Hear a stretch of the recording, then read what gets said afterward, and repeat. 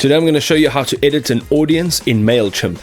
So you'll start out over here on your homepage in Mailchimp. What you want to do on the left hand side is go to your audience tab. Your audience tab will offer you a bunch of different things, all that are related to how you manage your audience. Now, on the top right hand side, you'll see add contacts. There's two ways to do it. You're going to import or you're going to add them one by one. And then there's more options.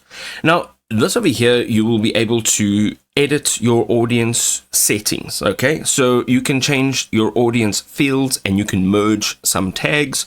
You can view your unsubscribed emails over here.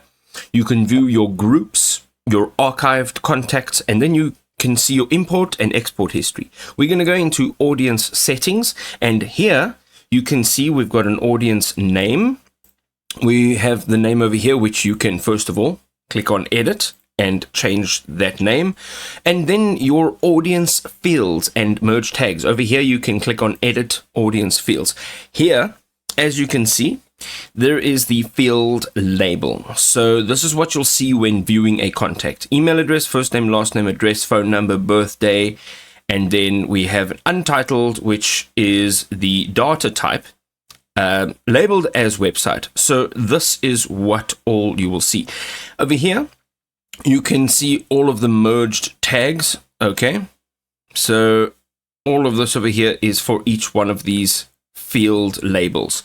Now, on the right hand side, if you click on the three dots, you can click on edit. Here you can change the field label, the data type, and then you can change the merge tag. Okay, then the default merge tag value, and then you can click on this field is required to save or edit a contact. All right, make sure that you are either clicking this on or off, and then go ahead and click on save. So now you can edit each one of these audience fields. You can also go up to the top and create a new field over here. So you can just add your field name, data type, and all the rest of the details. Click on save, and it'll come up in here.